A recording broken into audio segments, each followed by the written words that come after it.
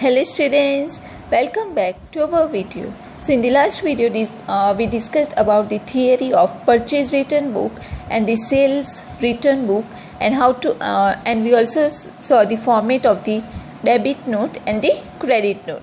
So now let's understand how to prepare purchase book, sales book, purchase return book and the sales return book with the help of an example.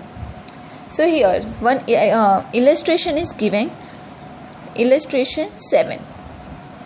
Question is, from the following transactions prepare purchase book, sales book, purchase return book and the sales return book in the books of Sri Hasmukh Bhai.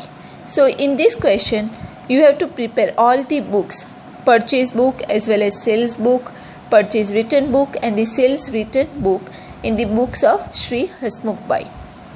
So first of all, before starting, you have to prepare all the formats first. So prepare the purchase book format first of all. That would be the date, name of the supplier, invoice number, LF number and the amount. Then prepare the sales book. Same as but instead of name of the supplier there would be the name of the customer and the outward invoice number. Then prepare the purchase return book of Sri Hasmukh Bhai and prepare the sales return book of Sri Hasmukh Bhai. Here this question is simple purchase book, is related with the simple purchase book, not related with the columnar purchase book or columnar sales book. So you have to prepare simple purchase book, simple sales book, simple purchase return book and the simple sales book. This question is related with the simple purchase, sales and purchase return and sales return book. So let's start with the example. So the following transactions are made in the year of 2015 and in the month of January. So first of all you have to write the year 2015 in all the format and the date. Start with the date, January 1st. So first transaction says that purchased goods of rupees 10,000 from Dhruvil at 10% trade discount, bill number 110. So here purchase of goods has taken place on credit. So this transaction will be recorded in the purchase book, because the purchase of goods on credit has taken place. So record first transaction in the purchase will go in the purchase book. So January 1st, goods were purchased from Dhruvil. So you have to write the Dhruvil's account. Then invoice number is also given, that is 110. Then amount. In the amount, you first of all trade discount is also given. So you have to minus the trade discount. So calculate 10,000 into 10 divided by 100. You will get 1,000. So if you minus 1,000 from 10,000, you will get 9,000. 9,000 will be written in the purchase book amount column. 9,000 for the Dhruvil's account for the first transaction. 9,000. Understood? Okay. Now let's move to the next transaction. That is purchased goods of rupees 4,000 from Komal at 10% cash discount, credit 2 months.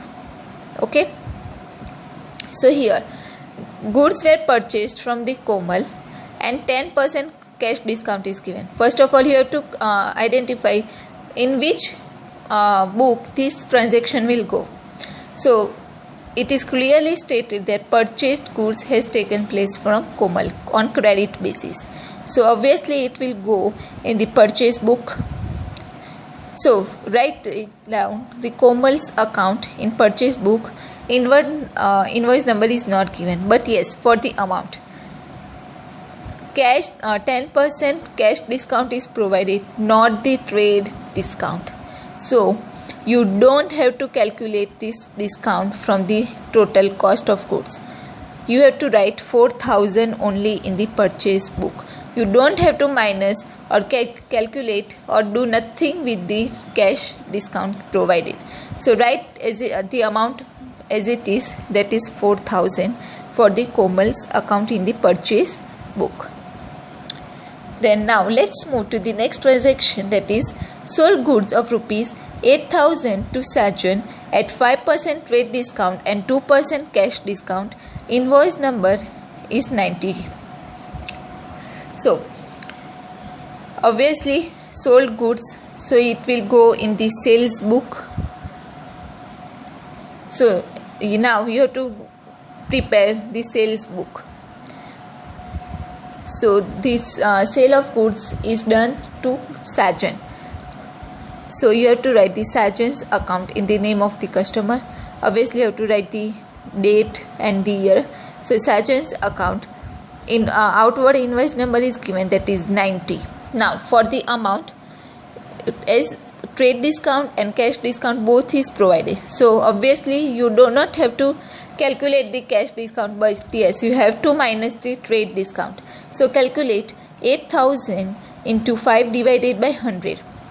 Whatever amount you will get, that if you minus that amount from 8,000, you will get 7,600. That amount will be written in the sales book in the account of Sajan's account, 7,600.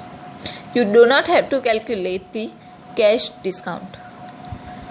Now the next transaction is purchased goods of rupees 4,000, cash memo of number 30.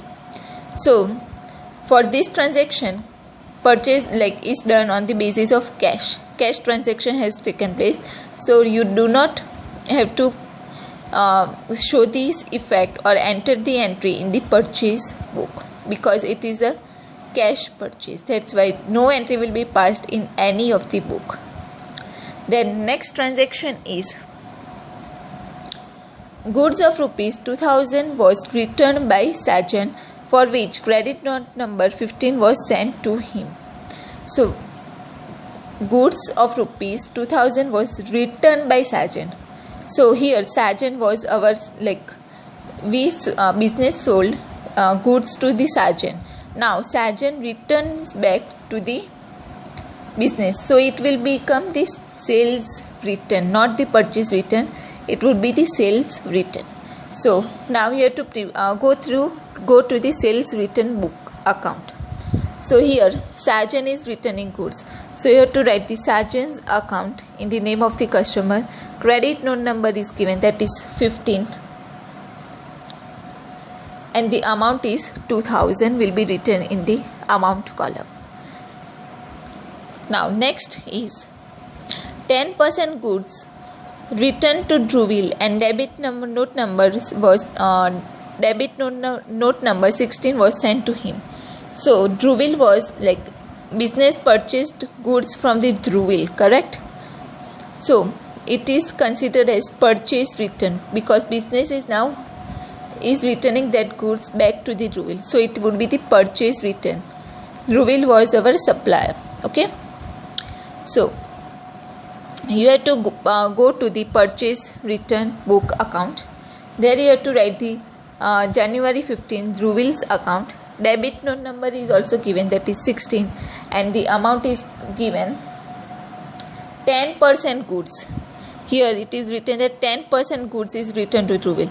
So the total goods which was purchased from Dhruvil was 10,000, and if by minus deducting trade discount, we got the 9,000, correct? So you have to calculate 10% of 9,000, you will get 900. So the 900 goods worth of rupees 900 is returned to Dhruvil. So you have to write the 900 amount in the Dhruvil's account in the purchase return book. Then the next transaction is purchased furniture of rupees 5,000 from the Shri Bahuchar Furniture Mart. So you all know that any purchase or sale of assets is never ever recorded in the purchase book or nor in the sales book. So no entry will be passed for this transaction. The next is purchased goods of rupees 30,000 from Nirmi, and half of the amount was paid immediately. So here purchased goods of rupees 30,000 from Nirmi. So Nirmi this entry will go in the purchase book. So you have to write the Nirmi's account. Nothing is given, invoice number is not provided, that's why you have to write the dash. Amount would be the 30,000. You have to write the 30,000. You don't have to do anything with the half of the amount was paid immediately.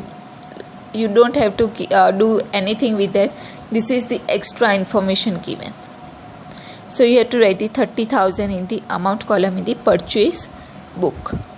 Then the next is the entire goods was purchased from Nirmi, sold to Haley for 36,000 at 10% trade discount, invoice number 100 and credit period of 3 months. So the entire goods which was purchased from Nirmi in the above transaction, here purchased goods of rupees 30,000 from Nirmi was sold to Haley. This is the extra information given that the goods which was purchased from Nirmi. This is the extra information. You have to see goods were sold to Haley. So the entry will be shown in the sales book, correct? So you have to write the Haley's account because Haley is our customer. So Haley's account. Then outward invoice number is given, that is 100. And the total amount entire, that was 36,000, but on that the 10% trade discount is also provided. So first calculate 36,000 into 10 divided by 100, you will get 3,600. If you minus that amount out of 36,000, you will get 32,400. that will be written in the amount column in the sales book. Then the next is Haley returned half of the goods sold to her and same were returned to Nirmi. So in this transaction, first the goods were sold to Haley, but now Haley is returning that half of the goods. So it would be the sales return. So first of all, you have to show the first effect, that would be the Haley's account in the sales return, half of the amount. So the here is given half of the, so the 32,400. So you have to half the amount. You have to divide it by 2. So if you divide it by 2, you will get 16,200. That will be written in the Haley's account. Now in the same transaction, it is also said that and the same were returned to Nirmi. So business also returns that goods which were purchased from Nirmi. Now business also returns that goods to Nirmi. So another effect would also be shown, that would be in the purchase return book, because Nirmi was our supplier. Now business is again returning that goods to Nirmi's account. So that would be the purchase return book. So you have to write the Nirmi's account and the amount would be the 15,000. Correct? So for this transaction, 2 effects will be shown. First in the sales return book and second would be in the purchase return book. Then next is Kanu placed an order for supplying goods of rupees 12,000 at 10% trade discount. So in this transaction only order has been taken place. So no entry will be passed in any of the book. Then next is supplied goods to Kanu for his order 300 added for laborer and invoice 102. So this is supplied goods, means goods is sold to Kanu, correct? So it would be written in the sales book. So you have to write the Kanu's account. Then outward invoice number is also given, that is 102. And amount would be the 10,800. So Kanu was placed an order for rupees 12,000, correct? Goods of rupees 12,000. So and trade discount was also provided. So you have to first minus the trade discount. If you calculate 10% of trade 12,000, you will get 1,200. So if you minus that 1,200 after 12,000, you will get the 10,800. That amount will be written in the amount column. And again, you do not have to show this 300 for laborer, because this is added when columnar purchase return book or anything columnar sales book is prepared. Whenever then at that column in the columnar sales book you have to, this will be shown. But for this question, preparation of columnar sales book is not asked to you, so you don't have to do anything with this. Then next transaction is cash purchase of rupees 20,000 and cash sales of rupees 25,000. So here cash purchase and cash sales is involved, so no entry will be passed in the, neither in the purchase book nor in the sales book. And the last transaction is Kanu returned half of the goods sold to him, and it was agreed to give return a rebate of carriage in proportion. So Kanu is returning the goods. So Kanu was our customer. So Kanu is returning our goods. So it would be the sales return. So it will be shown in the sales return, Kanu's account, goods of rupees 5,400. Same amount will be written in the 5,400. Why 5,400? Because only half of the amount was written by Kanu. So first of all you have to calculate, or you have to divide it 10,800 divided by 2. You will get 5,400. That amount will be shown in the sales return book account. And again you do not have to do anything with the carriage in proportion. Okay. So for this question, this is considered as an extra information. So with this, now we are done with the following example. I hope you are very clear about how to prepare the purchase book, sales book, purchase return book and the sales return book. Simple purchase book, simple sales book, simple purchase return book and the simple sales return book. This was the example related to the simple purchase book, sales book, purchase return and sales return book. So now we are going to stop here. If you have any questions or any doubts, please feel free to comment below the video. Thank you.